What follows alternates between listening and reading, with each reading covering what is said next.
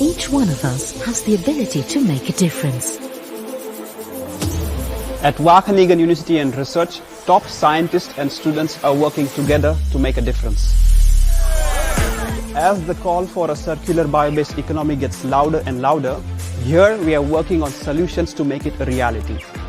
Now we invite you to be part of the solutions. The world needs your crazy ideas. In the ReThink Waste Challenge, we challenge you to come up with a business idea or a prototype that contributes to a circular bio-based economy. Will you pick up the gauntlet? It could be anything. A new material made out of biomass. A new technology to extract valuable products from biomass residue. Or services that bring a zero-waste future one step closer. Only your imagination and the sky are the limit. This is your unique opportunity to create a positive impact, boost your career, and get a taste of what it means to be an entrepreneur.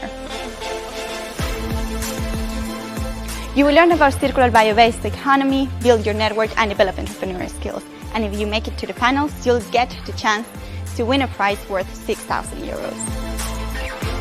What idea will you contribute to a zero-waste future? Join the ReThink Waste Challenge now.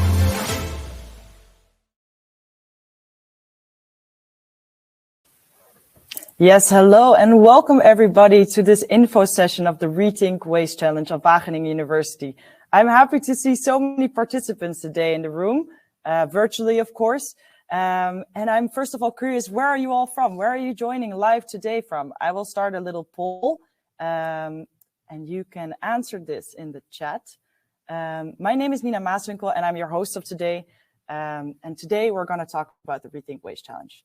Marta is also with us today. She's the project leader of Wageningen University, and she will tell a bit more about practical details of the challenge. With us also today are I, Noah, and Nicholas. Yes, there they are, and those are former participants of a Wageningen University Student Challenge. We will have a little Q&A session with them, and of course, you're also welcome to ask as many questions as you like. Put them in the chat, and we will answer them. Okay, meanwhile, I see some answers. So we have mainly participants joining from Europe. Good to see. Some from Asia, some from South America. Yeah, that looks good. Happy to have you all here. Welcome once again. Okay, so today's session is in collaboration with IAS, student organization. I'm currently the regional director of Europe of this student organization. So I will tell a little bit about the student organization, and thereafter we will dive right into the details of the ReThink Waste Challenge. Okay, so IAS is an international association for students in agriculture, the biggest international association for students in agriculture. We are more than 10,000 students from all over the world, 100+ universities from more than 50 countries. As you can see, we have quite a history from the picture from below, but now we are a global independent nonprofit and non-governmental student association. We are truly global. As I said, we are in more than 100 universities and more than 50 countries. And our vision is to promote an exchange of experience, knowledge, and ideas, and to improve this mutual understanding between students in the field of agriculture, but also in the related sciences all over the world. Okay, so what do we do? Our logo, our motto is think globally, act locally. And with this, we have multiple global projects and exchange programs. I will quickly go through them, but please feel free to also look at our website and check out our programs over there. So first of all, our big program, we have the exchange program where you can have internships in multiple countries. In the photo, you see an IAS Indonesia student having a practical internship in Germany. Okay, furthermore, we have village concept projects, which are large-scale development projects in rural villages. We would develop academic skills, but also practical skills in this case. Then we have Women in Agriculture projects. I will just go through this, but please feel free to read more about it on our website. We have many scientific events, and one of these scientific events is the ICEA coming up in January. So ICEA is an international conference for youth in agriculture. And this year it will be in January, 17th to 21st of January in Wageningen. We will bring together more than 55 students, and we will have the theme circular economy Rethink Waste towards a circular economy. And we will host many lectures, topics, excursions, and bring together many students from all over the world here in Wageningen. So I'm happy to also invite you to this online session of ICEA, because unfortunately we're already fully booked for participants. And lastly, we have also the World Congress every year. Last summer, this was in Morocco with the theme Water Scarcity and its Effect on Food Security. And this was a wonderful come together, again, to exchange experiences and knowledge. Okay, we have countless other projects, so I invite you to look us up on Instagram, Facebook, and YouTube, and learn more about us there. ES opens doors. So thank you very much. That was ES. And now the Rethink Waste Challenge. So as I already said, with us today, we have Marta, a project leader of Wageningen University Student Challenges. And Marta will tell you a bit more about the practical details for the Rethink Waste Challenge. Marta, go ahead. Thank you, Nina. Thank you for the introduction. I'm going to start my presentation. I'm really happy that so many people are interested in the Rethink Waste Challenge. It's a formula of the Wageningen University. So I'm part of the VUR Student Challenges, and our mission is to organize competitions for students internationally. And Rethink Waste Challenge is an event within the recurring series of Rethink Challenges. And it is an open innovation challenge concept, which in this year evolves around the topic of the circular bio-based economy. And what does open innovation challenge means is that all ideas related to this topic can participate in the challenge. So we don't have any specific assignment. If you participate in the challenge, your idea, what you want to work on, is the start point, and throughout the challenge you bring it to the next level. So bio-based economy is really a hot topic at Wageningen University and Research, and for us it's something we talk every day about. But for those of you who are actually not sure what exactly it entails and what ideas are welcome to participate in challenge, I have brought a couple of examples. So actually, when we talk about Rethink Waste Challenge, any idea that is related to closing the cycle, whether it's about using waste to produce new products, reducing waste by making processes smarter, or even creating new materials from bio-based sources, all those things fit into this challenge. So one of the startups from Wageningen is Comasi Drinks, and what they do is they use the leftovers from the cocoa production, so what is left when you produce a chocolate, and they make a nice sweet drink out of it. So that's one option. But you also see that we have here an example of Science. It's a platform matching residual flows with the right processor. So it's very, very different type of solution. And we have, an innovative process to recover textile raw materials from the agricultural side stream. So a new way of producing the textile, but also, how can you, so that's another project. How can you use, in what way can you recover metals and minerals from waste streams? So there are different ways you can participate in the challenge and many different ideas. And when we talk about this challenge, why should you participate, or what is there for you? We see it, it is of course a student competition. So it leads to the grand finals where you make chance to win a prize. But of course it's quite long challenge. So it's not only about winning the prize, it's about learning. And then we call it a learning adventure. And as you can see here, there are some quotes of the previous participants. So we have built into the program different elements that hopefully make it really meaningful experience. So when the participants look back at the challenge, what we hear often is that they really enjoy experience of exchanging the ideas with the experts that are in our network. And we put really a lot of effort to facilitate that. But it's also a way to kind of, especially if you are thinking about having your own startup, or you are really like wondering if entrepreneurship is something for you, it's a really nice way to kind of experience that and maybe even take a first step to your startup. So actually, Thomas Turner, who is here on this slide, he was a winner of the ReThink Protein Challenge that we ran last year.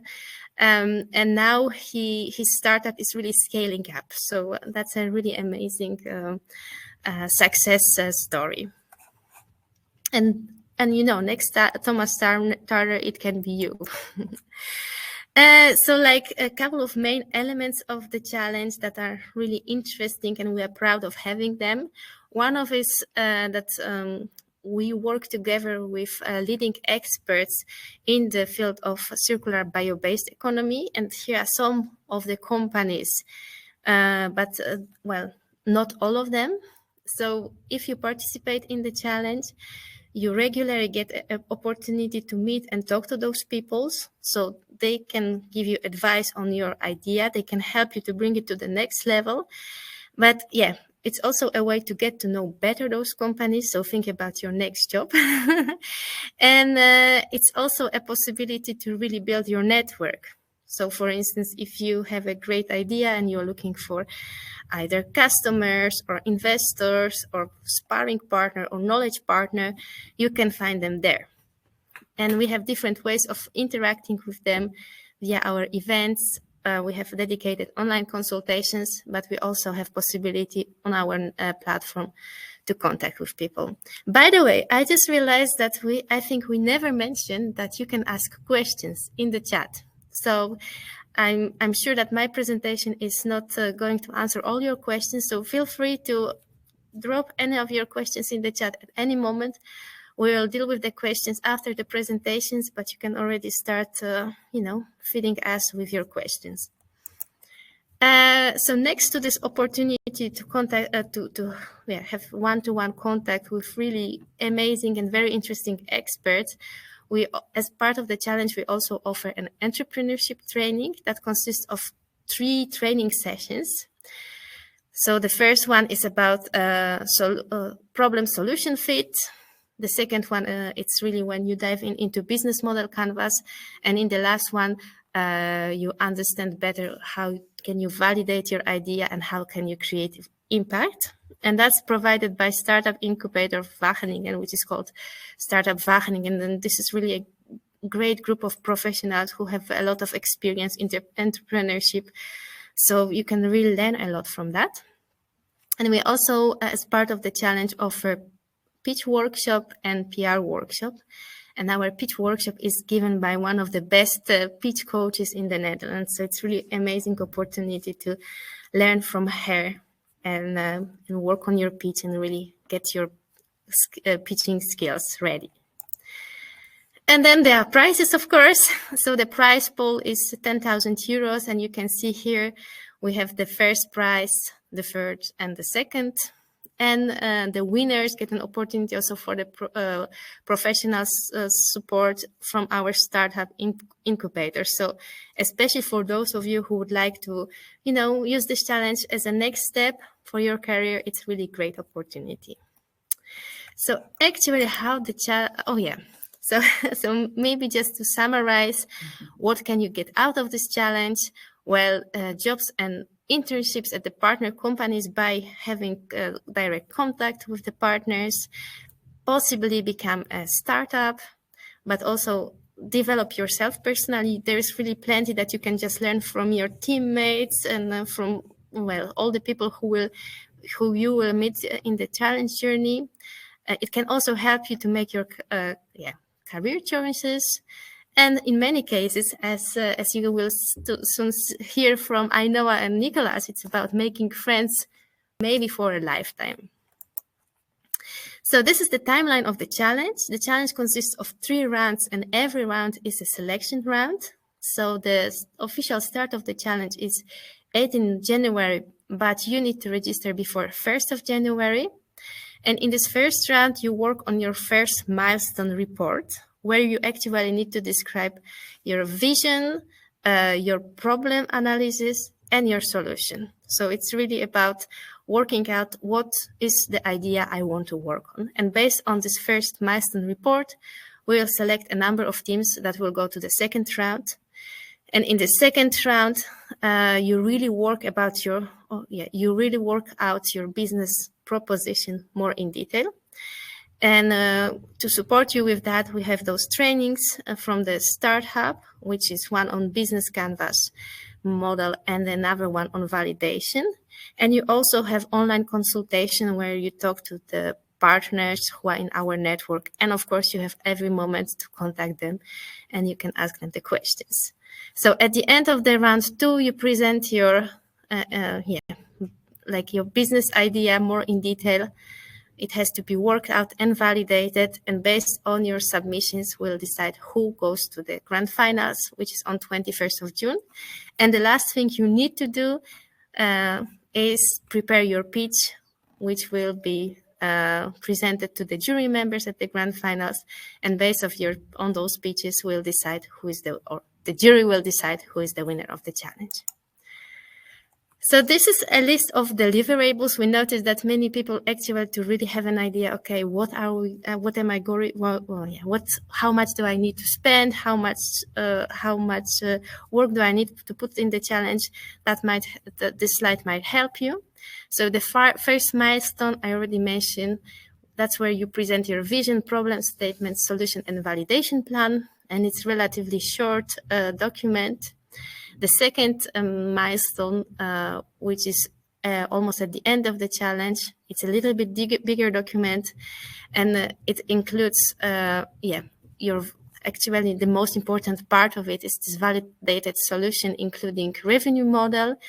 And I think the validation is really what we're looking forward to see in the final entries. And there are also some other elements that you need to submit, like social media page and artist impression of your solution. And we'll be providing a handbook, very comprehensive, with a lot of information about how the challenge looks like, what exactly do you need to submit, what are the criteria. So you can always consult it, and you will, I think, have a very good idea of what you need to deliver. So wrapping up my presentation, just a couple of more slides about who can join and how to join. So the challenge is open to all students, bachelor, master, PhD, and also the alumni, but not more than 1 year from the graduation. The mixed teams are allowed, so you don't have to team up with students from your university, but you can also look for students at other universities and so on. What is important to know, you need to have a team to participate in the challenge, but at the moment of registration, and then when throughout the challenge, you can still add or remove the team members. So it doesn't mean that by 1st of January, you really have to have fixed team. We recommend a size of the team between 2 and 5 persons, and many people ask us how much time do I need to spend. So we say 8 hours a week, but it's just like how to say, like a guess. Honestly, it depends how ambitious you are, how advanced your idea is. But yeah, I think you should count on 8 hours a week. So then finally, how to join? Well, I just mentioned you need to have a team and register before 1st of January. If you don't have a team yet, one way is, we have different ways to do it. One of them is to join the matchmaking event next week, Thursday, if you are in Wageningen or if you are in the Netherlands. Otherwise, you can leave an information in the form that we have on our website. You can also use our platform to look for the team members. So there are many different ways to find teammates. And after you register, you still need to do one final step, which is to create your team profile. And here on the slide, the date is not correct, so it should be done by 8th of January. And then, of course, you need to join the kickoff event on 18th of January, either online or live in Wageningen. So that's all from me. Okay, thank you very much, Marta. Thank you for your detailed explanation of the challenge. It sounds wonderful to me, coming in contact with many partners, entrepreneurs, entrepreneurship training. I think it's a wonderful opportunity and also great to hear from you as the organizer from the project. I'm sure there are still many questions. Feel free to ask them in the chat. I see already a lot popping up. We will answer them very soon. First, I will move on to the former participants of a student challenge of Wageningen University. Again, we have Ainoa and Nicholas on the other side of the room. Yeah, I would like to ask you to introduce yourselves a little bit and maybe explain shortly what type of student challenge you participated in. Hi all. Well, I'm Ainoa. I'm studying plant biotechnology at Wageningen University of Research. And as you mentioned before, we were participants of the previous challenge, of the Urban Greenhouse Challenge, and we ended up being in the finals. I want to say that my motivation here to join a challenge like this was just to do something new, something that you cannot learn in class. That's why. What about you? I'm Nicholas. I'm also studying here at Wageningen University. I am studying urban environmental management, and I joined because it was very close to the kind of work I was doing in my studies, and I also thought it would be a good opportunity to sort of network with my peers and potentially find opportunities beyond my studies. So that's kind of why I joined. Wonderful, wonderful to hear that. And so you also participated in a team. Can you tell us a bit more about how did you form this team? Did you already have some friends maybe that you found on the way, or how did this go? So we both started in different teams, actually, in the beginning of the challenge. My team was called Team Be Rooted, and your team was... Team Move Forward. Team Move Forward. And we both got through the first milestone. So that was the first big point in the challenge where we had to test our idea. And we both moved through that phase. And I think, unfortunately, Move Forward decided to break because some people had to go off and do other things. Some parts of student life just make it harder. And so we were aware that their team was sort of dissolving, and we wanted to see if people were interested in continuing. So we got Ainoa, and Ainoa also brought a friend of hers who was connected to the project onto our team, and we went through to the finals. So we actually didn't start off in the same team. Yeah, but this is the real proof, that teams can just move, like members can just go from one team to another one. So there's like not this rush that, this is going to be my team forever, Yeah. Okay. This is an interesting way how you formed your team, but eventually you got you got into the final. So it seems like you did a good job and you had a good team. How was it for you guys to, I also see many questions in the chat about this. How do you manage student life while participating in a challenge? That's a very good question. And it's something that I think, I myself struggled with, and I think I know as well, certainly. I think everyone in the challenge has that sort of issue. I mean, it just depends on your own personality, right? And what is your ambition? Like, if you want to invest a lot of time in this challenge, then of course you're gonna use more of your time into this rather than in other activities that you want to do. In my case, I was doing pretty okay, like doing both, like combining it with my studies. I had like okay grades, like they didn't change at all. It's not that now my grades went down or whatever. And I also could still have a social life. And I actually was enjoying a lot, like with this challenge, because you meet new people, but then you also do several activities and events together. So it's just full of new opportunities. Yeah, it's like everything in the student life. It's a balance. And you have to, for every person, it's going to be a different amount of time. And it also depends on the team that you join. If you want to really be ambitious and go for gold, you should search out people who want to do the same, because then you'll find it easier to be flexible and to match the amount of hours that you do. And if you're interested in doing the challenge, but you want to see how you feel first before you really go for gold, then search out a team who is interested in exploring first. And then it becomes easier to match hours and be flexible with other things. Because, of course, some people might start out really interested in going up for gold, but then over time, other things become priority, and you have to be flexible as a team. Okay, of course. So I hear balance is key, actually, and I hear it takes some time, obviously, to participate. But I can also imagine that it brings you a lot to participate in a challenge. So can you tell me a bit more about the skills that you have maybe learned, or the things that you really remembered positively about participating in your challenge? Well, I learned a lot about completely different fields because I'm more from a technical background. And then with this challenge, I could learn a lot about entrepreneurship, for example.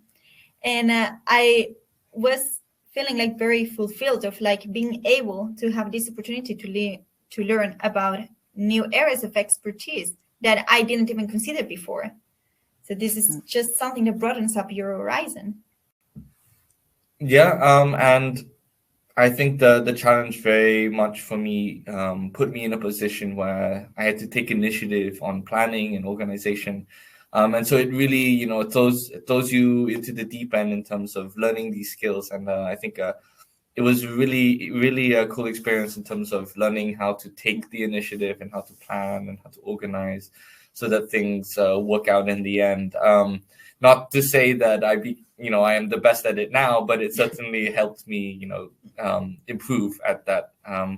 And some of the best, I guess, the sort of moments from the challenge were, I think in my mind, it was the opportunity to sort of go and connect with people outside of the challenge. Me and Noah actually both went to a farm, a pixel farm out in the Netherlands countryside, and to see they were doing some really interesting and innovative things with farming technology, and with a really small scale like pixel farming, and it was a really really awesome opportunity. It was a completely new experience, because we are used to just like go to uni in this case, or like doing some activities aside, but then this was like what really triggers you to the outside world, outside uni, like what is being there, what are the business that it's actually currently being doing.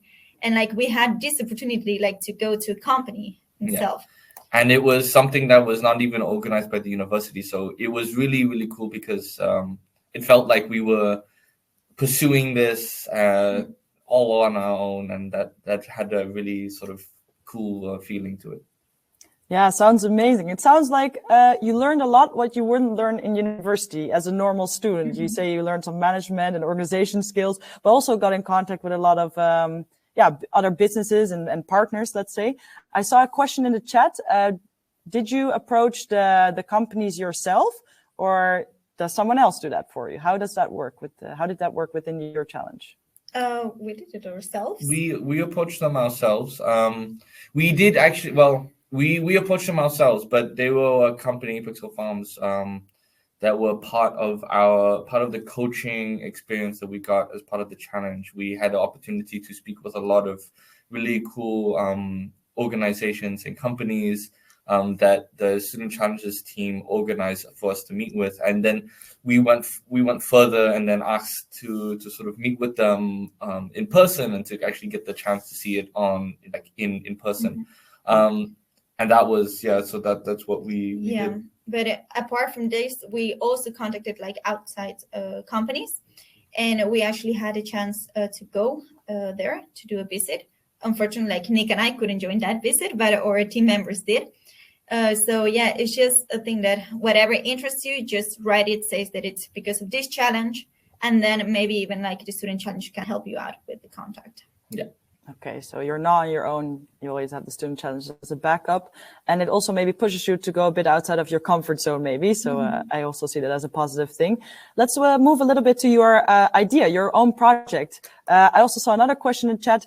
Did you have an idea in advance, or did you start completely from scratch? How was that for your team, at least?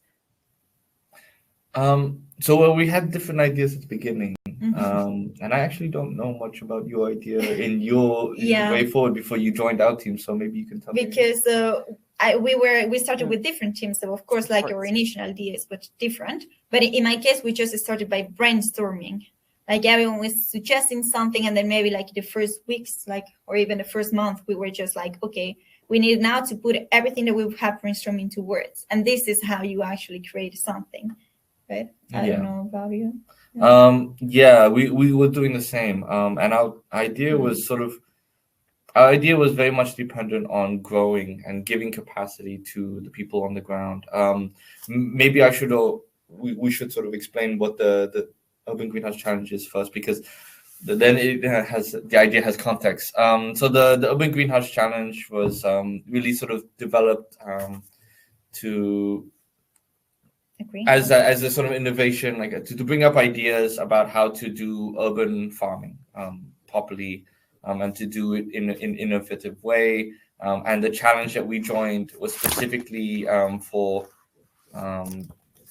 sort of trying to get social impact from the challenge, and we wanted to put our idea in making it as close to sort of doing. Providing capacity for the people to grow their own urban farm as they saw fit, and so giving them the opportunity to bricolage, also to tinker with the idea themselves and to fit it to their own needs. Okay, I see. Maybe I could also ask Marta if she can elaborate a bit more on this, because how does it work? Sorry, let me see. So how does it work? Do you have to start from scratch, or do you already need an idea for this ReThink Waste challenge? So as I said in my introduction, it is an open innovation challenge. So basically the basic idea is that you have your idea and you start working on this. But of course, there are different types of people. Some of the people who join the challenge, they have very clear idea and they kind of start with this idea and start to look for a team. And the people who join the team might be the ones who don't have an idea, but are like kind of find the idea of another person very interesting. If you have a team, but you don't have an idea, there are also some options. So one of them is we have this network of partners that I mentioned in my presentation. And they come all from very different sectors. So I know that we'll have a fertilizer producer, we have bioprocessing company, we have food companies, we also have construction companies.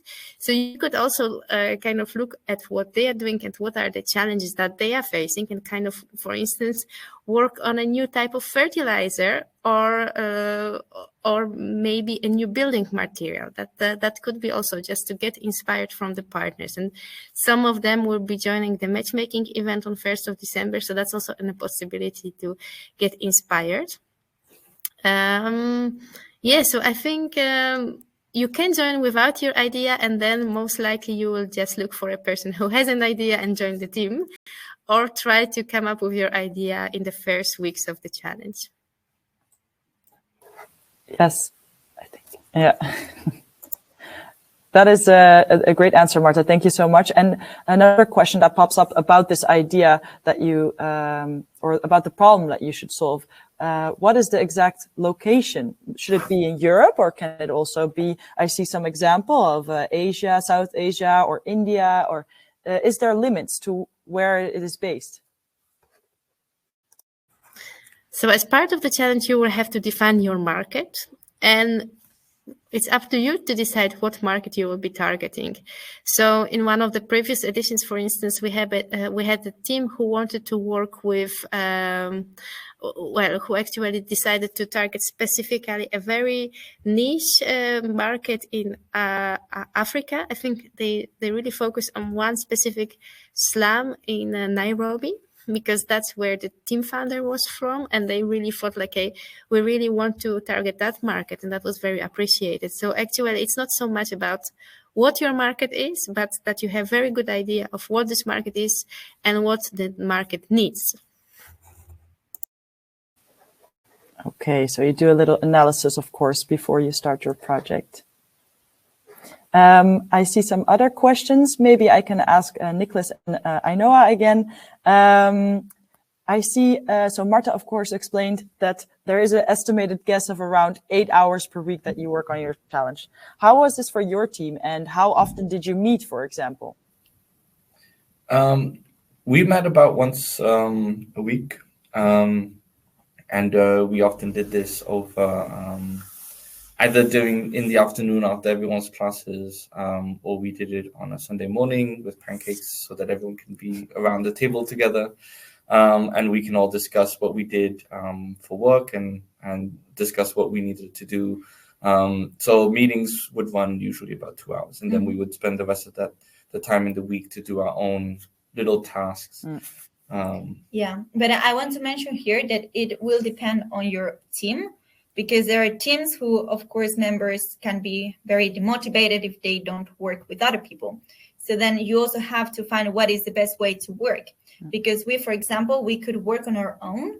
So then everyone was just doing their own tasks, and then we just meet once per week, or sometimes twice, depending on the assignment that we had to do. But then if you're a team where you actually can be physically all together, or that, I don't know, you cannot focus alone at home, then it's better to just meet and find more time to be all together and develop your idea. Yeah, great. So yeah, I see a good and fun way to motivate people is pancakes. I think that always works. I will remember that one. And let's see a bit about how did your team, what sort of people did it consist? Because Marta, of course, explained it can be bachelor's and master's and PhD, correct? Yes. What did your team consist of? Was it a mix or was it all masters? I don't know. We had one bachelor, and the rest we were master students. Yeah. Okay. In fact, when we started, my team consisted of, we weren't all in the same university either. And at the end, we were still, we had one team member who was from Nanjing in China. So we were also in different time zones, and we were trying to coordinate to all meet at the same time, which was sometimes a little bit difficult, but we figured out how to do that all together. Yeah, it was an interesting challenge. Okay, so you overcame also some challenges in that way. Yeah, great to hear. I will ask another question to Marta. Marta, I see that there are also trainings. Where do they take place, and are they during the challenge or after? Samara asks. Yeah, so I saw that question and I thought maybe I should go back to my presentation, if you don't mind. Because there I have the dates of the events. So you can see here, actually, this is the timeline. As you can see here, we have this sprint days. That's actually when the trainings take place. So they are more or less every month. So we have one that is connected to the kickoff event, so on 18th of January, and that's in the afternoon.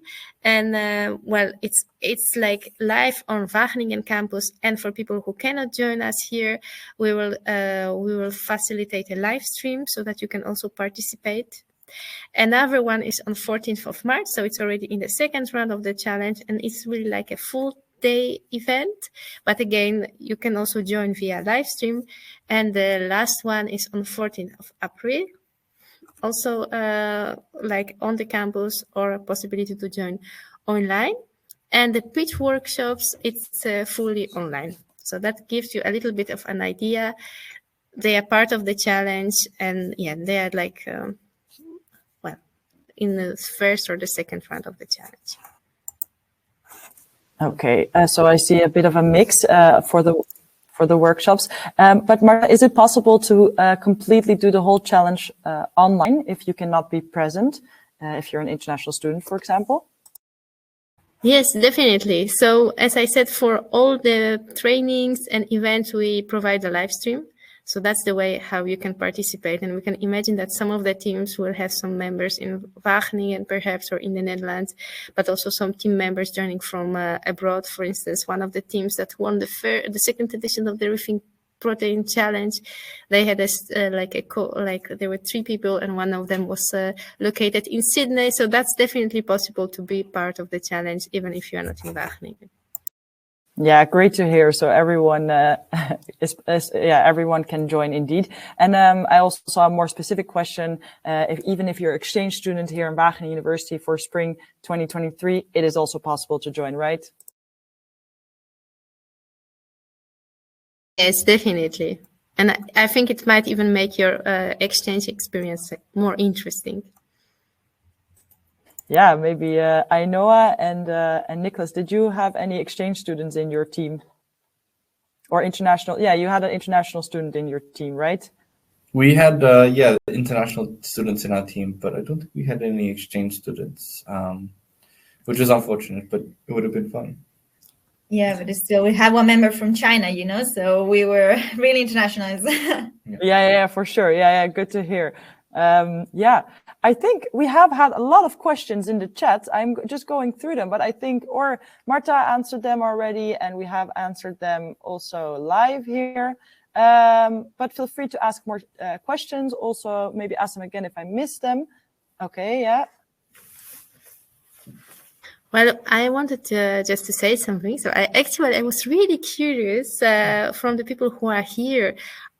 Is there still anybody who is looking for a team? Because if you are looking for a team, you can just shout in the chat, and maybe you will find a team member right now. So I just encourage you to do it right now. But it happened. We are in the room where there's automatic lights, and we're wondering if it will go off. So it did. I also saw a question from Marco, who is asking, where can I sign up if we already have a team and idea? I would just say join the challenge, and you're ready to go. So yeah. And I see that there's Muskan who is looking for a team.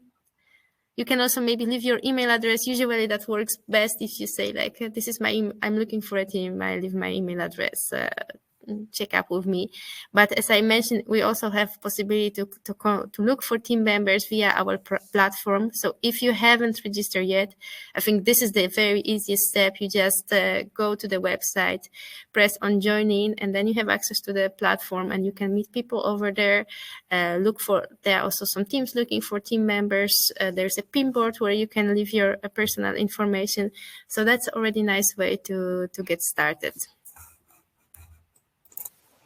I see already people in the chat looking for teammates. So that's amazing that you guys are finding each other in there. Maybe another question for Ainoa and for Nicholas. Let me see. So your challenge is finished, of course, but what did you do with your project, with your idea? Did you pursue it in any way, or were there maybe other teams who did that?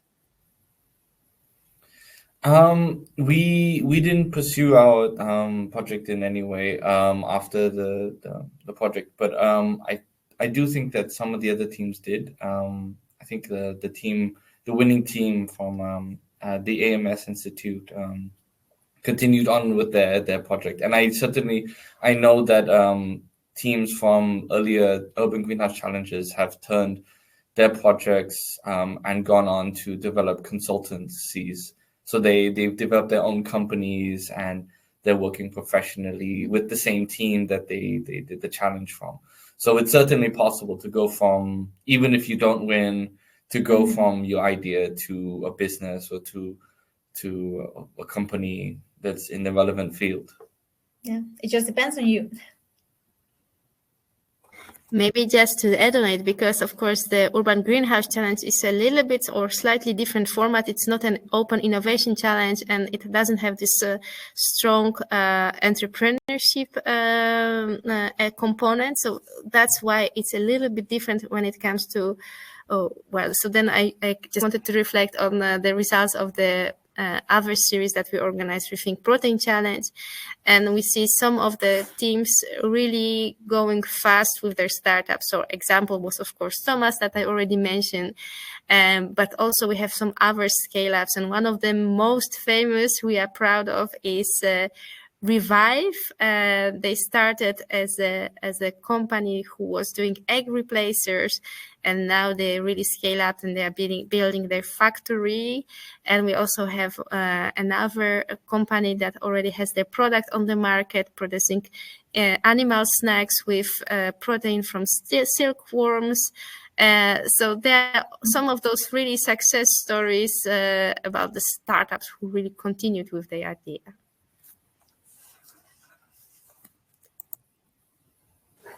Yes, thank you, Marta, once again for your answer. Maybe Nicholas and I know a tip for all the students who are interested to join, because I already see many people who are super interested. What do you advise the new students, the students that are going to join the ReThink Waste Challenge? Well, I would say not to be scared. You can manage to do this, and you can actually come up with an idea, and you can work with your team to try to make this come true.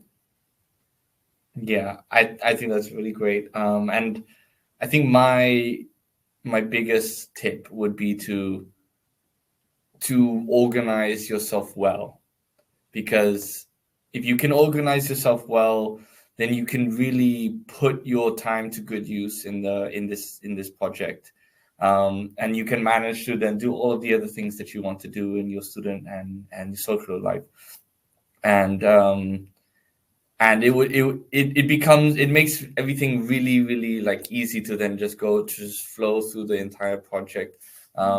With good planning, you can go anywhere, I think. Yeah, just give it a try. So, conclusion, you would advise other students to participate in the Wageningen University Student Challenge? Definitely. Yeah. That is good to hear, Marta. Marta, do you have a tip for students that want to join the challenge? Yes, I have a tip, but that's already for students who participate in the challenge. I think that we really have amazing network of companies joining the challenges, and people who are participating in the challenge as experts and coaches that you can approach. You can really get really a lot out of them. So I would say, don't waste this opportunity. Reach out to them, talk to them, and it might really bring you to a place you never imagined that you will get to. Okay, well, that sounds wonderful. If I had the opportunity, I would definitely join. I am convinced. Once again, I'm reading through the questions, but I think we have answered everything. I am looking at Marta. Are there any final words you would like to share about this student challenge? Well, I would say don't be shy, just try it out. I think that's already what I know and Nicholas just mentioned. You can always drop out, I would say, if you figure out that it's not for you, but you might be surprised that it's actually something that brings you more than you would expect. So that will be my final word of encouragement. Just go for it. Also, invite your friends or other people you know to join the challenge. You might be surprised what happens when you make a call. And when we finish the session, the chat will be open for a couple of more minutes. So if there are people who are exchanging email addresses, you can still continue doing that one. So just a very practical remark on my side. Yeah, I think from us, I would also really like to say, it's a really fun opportunity to do this challenge. Met some really cool people throughout the challenge. I made some great connections that we still have today. And of course, looking back on the challenge, there are a lot of memories that we'll still have. And it's also definitely a cool thing, having got into the finals. It's something that we can put on our CVs and have for our resumes, and it's a little badge of honor that we will manage to finish it. I think it was a close call, but they won't tell us that. But I would really recommend joining if you have the opportunity, or if you're halfway in, just try. See if you match with the challenge, and if not, then that's no shame, because this is just one way to make a change in our global economy. There are definitely multiple other ways to do it. Yeah. You just mentioned it was good for your CV, your career, maybe. Have you guys thought already about something that you've learned in this challenge, or that you did with this challenge that you can take into your future career? Well, definitely this challenge that we participated in helped me to realize what topics do I like and what I don't like what I'm the best on, because within a team, you have to know your strength and your weaknesses, and each member will complement each other. So then I really liked that I could feel valuable of it, and then like out of it, then also your self-esteem increases and also your motivation to go to a certain topic. And then maybe it's something that you didn't realize before. It can be business, it can be, I don't know, plant sciences, it can be whatever. And then you just get more into the topic and you feel like more motivated, and maybe even your career can just go more towards that new area of expertise. Yeah. I think, it made it very clear that it's really important to think very critically about these problems. And I'm happy that I made the choice to come and study what I studied, because it was a really great opportunity to apply some of that knowledge that I learned at my master's to an actual problem that people are actually dealing with. And it was really cool to sort of feel like I had some responsibility to come up with an idea to make things better. And that felt really cool. Amazing to hear. I think a student challenge can bring great professional but also personal development. So I would like to encourage everyone to sign up for this ReThink Waste challenge, and also, of course, for the matchmaking event. I would like to thank everyone for being here, for Marta explaining your part about the ReThink Waste challenge, and for Ainhoa and Nicholas to share their experiences. Very true. Sharing of your experiences. And with this, I would like to close the session. But of course, as already mentioned, the chat will stay open for a little bit. So feel free to still ask your questions, or of course, share your email addresses. What I all see there are already teams being formed. Once again, thank you very much for joining this info session on ReThink Waste Challenge. Goodbye, and thank you, everyone.